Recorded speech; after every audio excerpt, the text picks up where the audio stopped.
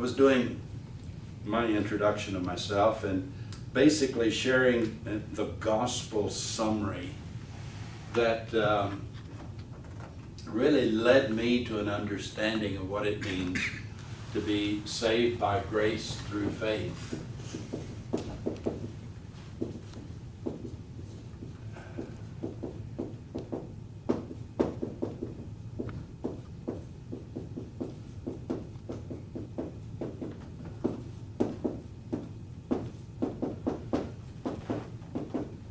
And I told of a 2 o'clock class, professor sociology of religion drew a line, said that's a picture of God. Never was a time when God was not, never will be a time when God is not. But God continues to be God regardless of what is else involved. At a certain point, God decided he wanted someone with whom he could have a relationship. And so God created Adam and Eve, and they were in perfect relationship with God, with each other, and with the environment around them. In fact, it was the Garden of Eden. Evil comes into it. The story represents it by a talking snake. You get the idea that it might be a way of summarizing a reality. But the snake comes in, questions whether God really said, you shall not eat of any tree in the garden. They said, oh, we can eat of all of them except the two in the center, knowledge of good and evil. That looks like a face, doesn't it? The knowledge of good and evil, and also the tree of life. After parameters were set, they couldn't avoid, because the temptation that was brought was to be like God or to be God. And so after they did rebel against God's boundaries, the righteousness of God couldn't simply say, oh, that's okay, just don't do it anymore. Rather, they were driven from the Garden of Eden, and everyone after Adam and Eve were born not in the Garden of Eden, but born separated from God by sin and in need of being reconciled to God. With that awareness, God then continued to build a plan. He chose a certain people to be the receiving committee. And they were not called Jews until after the Babylonian captivity, but they were called the Israelites. And they were there to be the ones who would receive the promised Messiah when God, in God's plan, chose to become flesh and dwell among us. Well, it was in the fullness of time that God, because of God's grace, became man and dwelt among us, born in a manger, and showed us how God would live on earth. And in his last act of servanthood, took the place of all the world upon the cross. He who knew no sin became sin. And through his death, he then descended to the place of the dead, and in a victory lap showed his power over sin, death, and the devil, rose again, showed himself to over 500 people, and then ascended to the Father in a cloud to return 10 days later on Pentecost. And there, the text for last Sunday and today speak of Jesus' baptism. And the Spirit then is here, and the Spirit then creates a new body of Jesus Christ, and it is called the church. Well, after I processed all of this, I began to think, and he called this natural religion and revealed religion. After class, I began to take a look through my own life, and I could see, I had 13 years of perfect attendance in Sunday school. I sang in the junior choir. I wasn't as bad as my three cousins, Marvin, Wilburn, and Raymond. They're famous now. But I still could have no assurance of my eternal destination or life. To be able to see that God does the action and comes to us. that this is done because of God's grace, not our virtue, then if we're saved by grace, then how does faith come in? And then later I got the picture of a coffee cup at the cafe. If you want coffee, it needs to be turned open. And that becomes the work of the Spirit.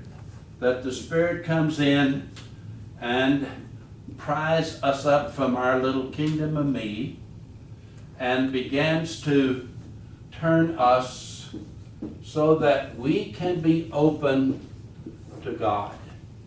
And that we can then be able to say, okay, God, I can't do anything about my eternal heavenly reward. It's totally dependent upon you. Now take my life and let it be consecrated to you. Fill my cup, Lord. What are all the popular songs that you can think of? But because of the Christ death and resurrection, His grace comes to us to fill us with His grace so that every good work that we may possibly do on earth doesn't begin with me, but it begins with God. And God then causing me to respond with my worship and with my praise and with my thanksgiving, so that through the life and death and resurrection of Jesus Christ, I am able to be called the beloved of God. We'll talk about baptism later on.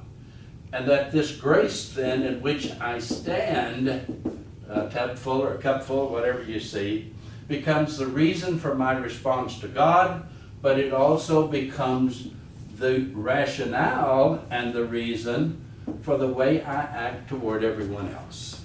And so I live with the mind of Christ, with the vision of Christ, seeking to be the beloved of Christ, not so that God will love me, but because God so loved me. And that God was in Christ reconciling the world unto Himself. Well, that's most of what I said last week in a little different way. This becomes the picture of the gospel, the good news. And the gospel means good news that God has done it. There are actually 4 gospels: Matthew, Mark, Luke, and John. All 3 are a little different. These 3 are called the synoptic. They look pretty much alike in each telling basically a biographical detail. John is much more theological, and we'll take a look at that later on. Well, with that background, let's go back and pick up what God was doing to establish God's plan of salvation. And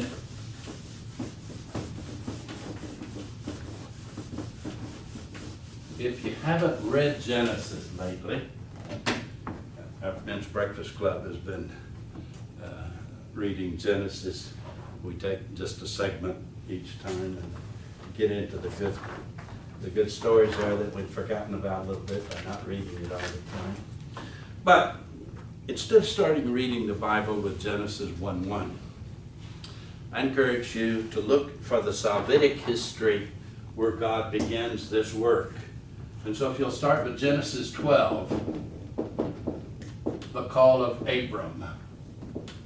And then you can really see the connection. The first 5 books of Moses are back within a category of their own. They tell a basic story of God's bringing things together. So Genesis, Exodus, Leviticus, Numbers, Deuteronomy are those 5 books. In Genesis, though, after creation accounts and others, Genesis 12 then begins the call of Abraham and the call of Abram. And God calls Abraham to go to the place that He would show him.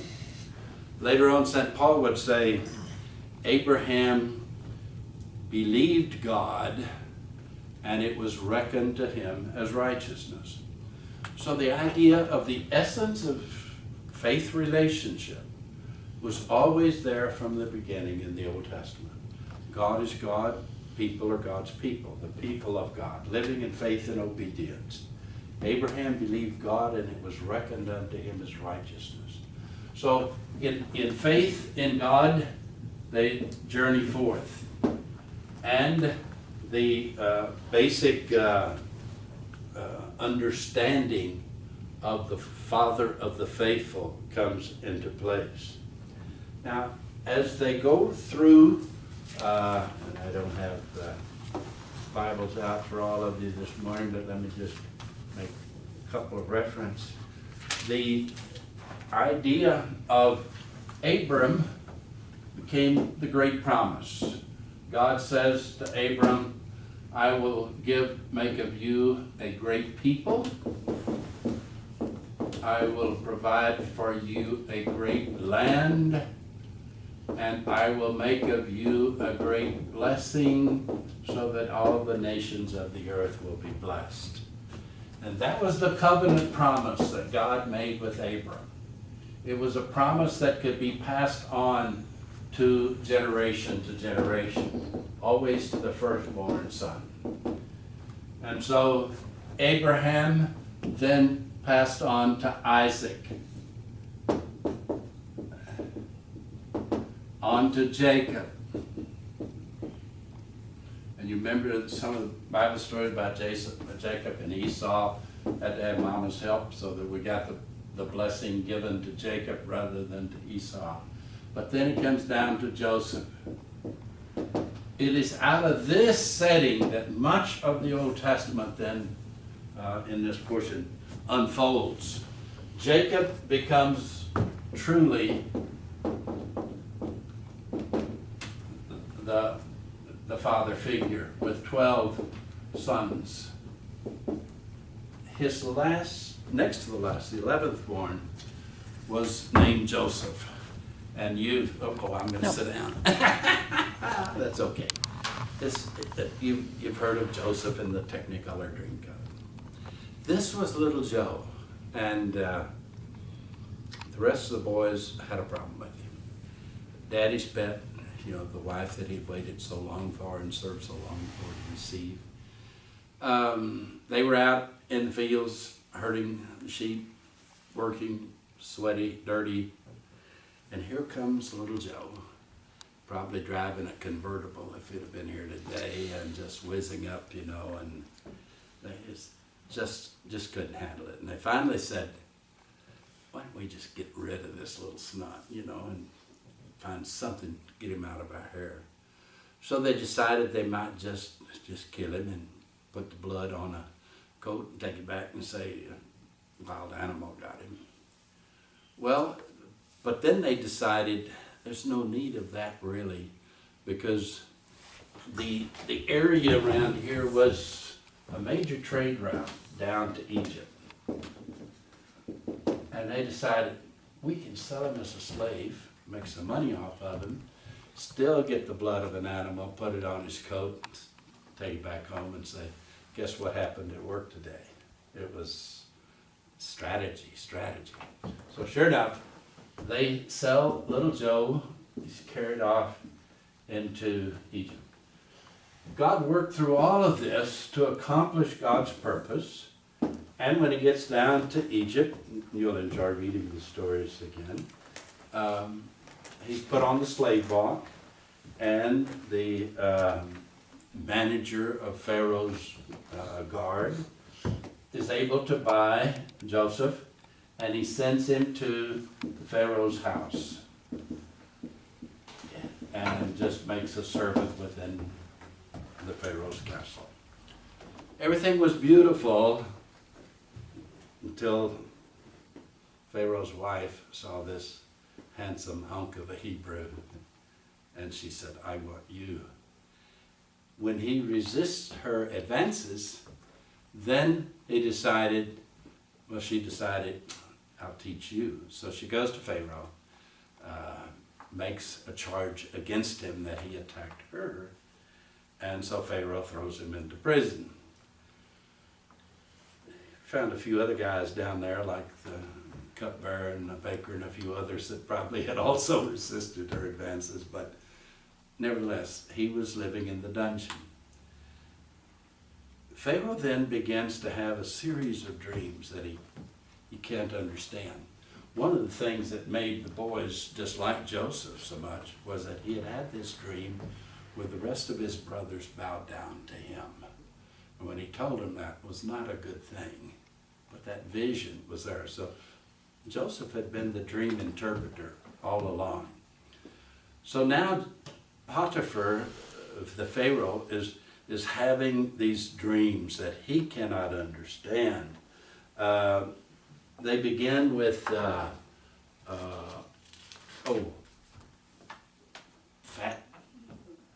cows, and suddenly 7 skinny cows come along and eat the fat cows. Then there's 7 full grain, and then 7 skinny ears of grain come and eat them. 7 big shocks of grain, and 7 skinny shocks come and eat them. And it goes to all the soothsayers and the seers of the land, and nobody could interpret it. Well, finally, the butcher, baker, candlestick maker, one of the others was released from the dungeon, goes up, and the Pharaoh is worried about this dream. And he says, well, you've got the best dream interpreter in the world right down there in your dungeon. Really? Who's that? Little Joseph, Hebrew. So he goes down, has him released rather. He comes up and he goes to Pharaoh and he hears Pharaoh's dream. And he says, well, that's really not too tough to interpret. He says, there are going to be 7 years of good crops and plenty. And then there are going to be 7 years of drought and nothing. Really? What do you think we ought to do about it? Well, he says, I think you ought to store up during the 7 years of good, because you got some bad years coming. So Pharaoh is so relieved, he just wants to make little Joseph a god, and he says, no, I didn't do this. God interpreted the dream through me. But he says, Joseph, I will make you, put you in charge of these 7 years. So in a way, little Joseph became the first Secretary of Agriculture, was in charge of storing up all of the grain and everything. Sure enough, they were down here in plenty when Jacob's other sons were still up here grazing sheep. Finally, they need grain badly enough because they're suffering the drought. They go down and read the story. It's fun. See how Joseph plays with them at first, and he doesn't tell them who he is, and then he hides a silver cup in one of the bags of grain so that he can send the burning police after him. And you know, it's just a delightful thing. But all of it was an unusual deal, and the best summary, I think, is when Joseph then says to his brothers after they're come back down, he asks them to move, tells them, go get daddy, bring the rest of the boys down. Pharaoh says, I am so thankful for what you've done. I'm going to give you this wonderful piece of land in the most fertile area of Egypt for your own. So go get your family. And he brings his family down. God blesses the land with crops, their livestock, their children, and they become a huge people here. And everything was beautiful with the boys down here and they serving in a favored place. But then something happened. Pharaoh died, and the new Pharaoh did not know Joseph. And the new Pharaoh said, what's this bunch of Hebrews doing down here in this good land? Well, former Pharaoh gave him this land because he was so thankful for what Joseph had done. Well, I don't know any Joseph, so he takes the land away from them, makes them slaves. It was in that context that they began to cry out for deliverance. And then you remember where God calls Moses to go to Pharaoh and say to let my people go. Moses had been born abandoned because of the death being happening for Hebrew children, put in the basket. God also made his rescue so that he ended up in Pharaoh's house under with his mother as a nursemaid. But Moses now is called to lead the people out of Egypt and to be free to worship back in Jerusalem and to be able to get out of their mess. Well, Pharaoh doesn't want to let him go, this new guy. And so he says, yeah, you can go, but then he changes his mind. And so then God tells Joseph, go, and the series of plagues come. The first one, the water turns to blood, and then darkness, and then locust all over it. And each time the plague would happen, would go to Pharaoh and say, let my people go. And he would say, okay, you can go. But then he'd change his mind.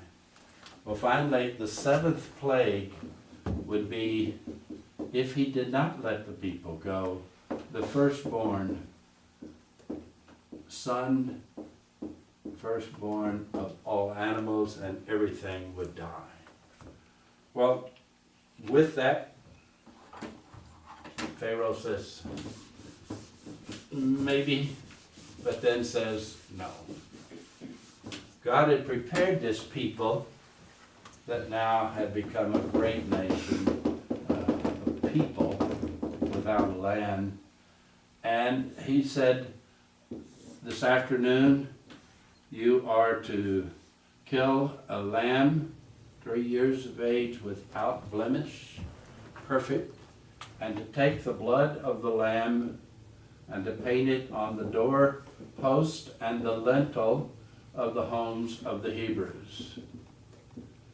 For that night the angel of death would pass over, and in the homes of the Hebrews would be spared, but all Egyptian homes, the firstborn would die. Well, they did so, and sure enough, Pharaoh refused. They saw it happen, and he had told them to be ready to leave, pack unleavened bread. You don't have time for it to rise. And other goods, get your horses and be ready. Well, sure enough, they hook up to their horses, and all of a sudden, after they get going, they're heading out across a body of water. The Bible speaks of it as the Red Sea. Could have been the Reed Sea. It was a body of water, whatever. And as they approach, Pharaoh changes his mind one last time. He says, I'm not going to do it.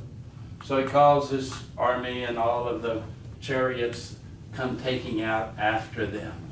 And here this whole group is moved over here, and about the time they were at the sea, here comes Pharaoh's armies behind them. And the saying, caught between the devil and the deep blue sea, had a true meaning at that time. God again provides for their deliverance. Waters are parted. I read just the other day where some type of scientific person was writing that it was possible for a wind to come and bring enough pressure within an area to divide a body of waters. It's not too far-fetched to believe, but that's not what it's based on. It's based on the fact that God provided a deliverance through water to a new life. And so as they go through the water, Pharaoh's armies get in it, and as they are in it, the water returns and wiped out. Now they are on this side of deliverance. And you would think that they would be so thankful that they were delivered from being slaves and making bricks and gathering their own straw and all of the punishment that was going on. They would be so thankful that they would never complain again. They're not. Their new 3-part sermon each day was moan, groan, and take on. Why did you bring us out of Egypt to die in the wilderness? At least down there in the mud pits we had fresh vegetables to eat. Out here we have no food, we have no water, we have no meat. And then you remember the stories of God providing manna and quail and other things. But God saw also that they were not ready to go back in, I wiped out God's promise. But they weren't quite ready to move into this land and take over this land that had been promised. So instead of maybe a 40-day journey, they spent 40 years in the wilderness. It is while they're in the wilderness wandering that God tries to shape them into people who have a purpose, understanding, faithfulness, willingness to let God be God and for them to be God's faithful people. And it worked fairly well. When ultimately they are able to move back into the land, the idea of recovering that area, being able to come back in and to take over the land, the 12 sons then settled in. 11 of them would become tribe leaders. And so each of the 11 sons were given an area of the new land that they were called to take over, and through the settlement in this time. The 12th son would be the Levite, named after Levi the son, and they would be the priestly tribe.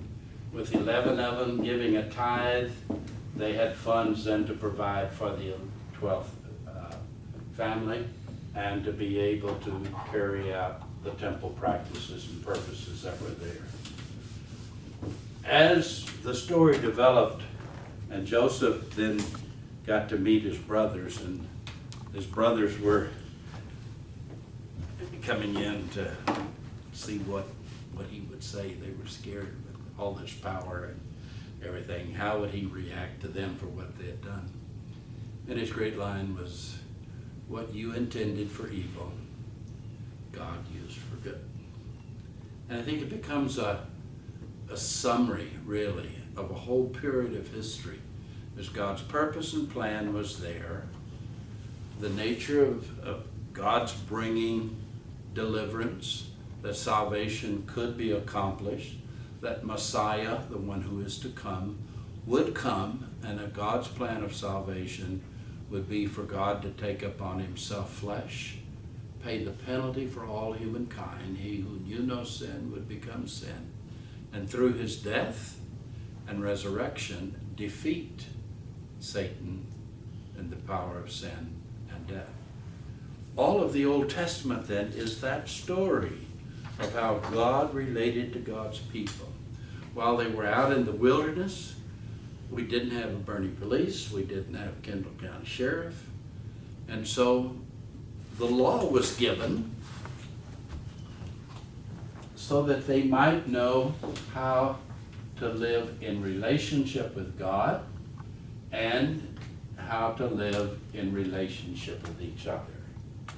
And the tablets of stone, as you read, Moses goes up to the mountain, and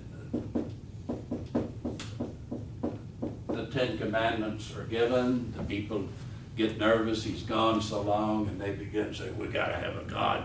We could have something we can put our hands on to. And they melt their jewelry, make the golden calf, and when Moses comes down, not good. The first 3 speak of the relationship with God. You shall have no other God. This is a monotheistic religion. And you shall not use God's name in vain.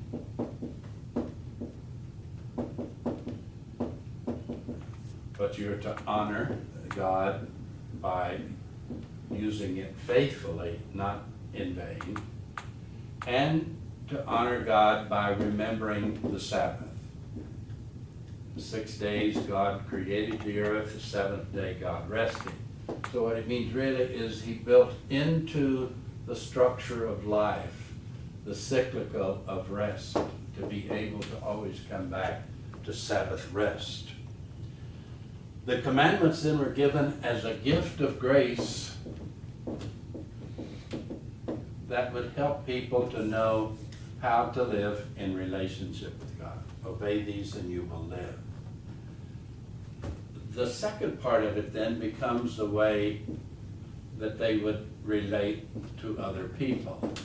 And key among that is to honor father and mother. That's the core of relationships. Then the next thing is to honor life. You shall not murder. The third is, not third, the fourth, fifth, sixth, whatever we got here, is to honor marriage. You shall not commit adultery. The next, to honor property. You shall not steal. The next is to honor reputation. You shall not bear false witness. The next two then become fourth, fifth, sixth, seventh, eighth. Yeah. Thou shalt not covet neighbor's wife or husband, or covet your neighbor's property in such a way to desire wrongfully and to get them by hook or crook. Thou shalt not covet. Well, these were given again as a gift of grace. If you can think what life would be like with maybe 1 million or more people living out in the wilderness without any laws, this was God's way of saying, hey, be faithful in honoring me and be respectful in honoring others. The people then got to a point where God was able to lead them back into the land that he promised. Whoops, somebody stole the land. And they were brought in then. Moses didn't get to go into. Joshua comes in for the period of the conquest, the dividing according to the tribes. And ultimately, people around the neighboring communities or states around them began to attack them. They were led basically at this time by the prophets, who were not soothsayer fortune tellers, but they were people who spoke for God. They were ones through whom God proclaimed the message. And they were doing pretty good. But then they got beat up on a few times, and got to fire the coach if your team's not winning. So they began to say, the reason we're getting beat is they have a king and we don't. God says, you have a king. This was a theocracy they were living under, with God as king. No, we want a king like the rest. And so God agrees, and the period of the kings comes in. The first was Saul. He did real well, and then he began to fizzle in unfaithfulness. The next one was David, the shepherd boy. God chose a sleeper there, and this became the high point of the life of Israel, so that it was the golden years of a people. King David, the son of David, would be the monitor for Messiah when he comes. And then Solomon follows this, the period of the kings. So through prophets, priests, and kings, God continued to lead God's people, and the Old Testament is always a relationship story. God and God's people living for that cause. As the time unfolded, people began to become less and less faithful. And ultimately, the Babylonians captured where are we, back up here? The Babylonians came in, captured the people, brought them into the Babylonian captivity. And it was there that they began to say, how did this happen? We really messed up. And they said, I think it's because we didn't keep the commandments perfectly enough. If we would have kept the commandments perfectly, God wouldn't have let this happen. There might have been some truth to it, but then, most action causes reaction and great distortion. And what happened then is the people in captivity began to say, let's start over and let's do it right. So the law became the great focus. And in doing that, they distorted the law and turned what was a gift of grace into a curse.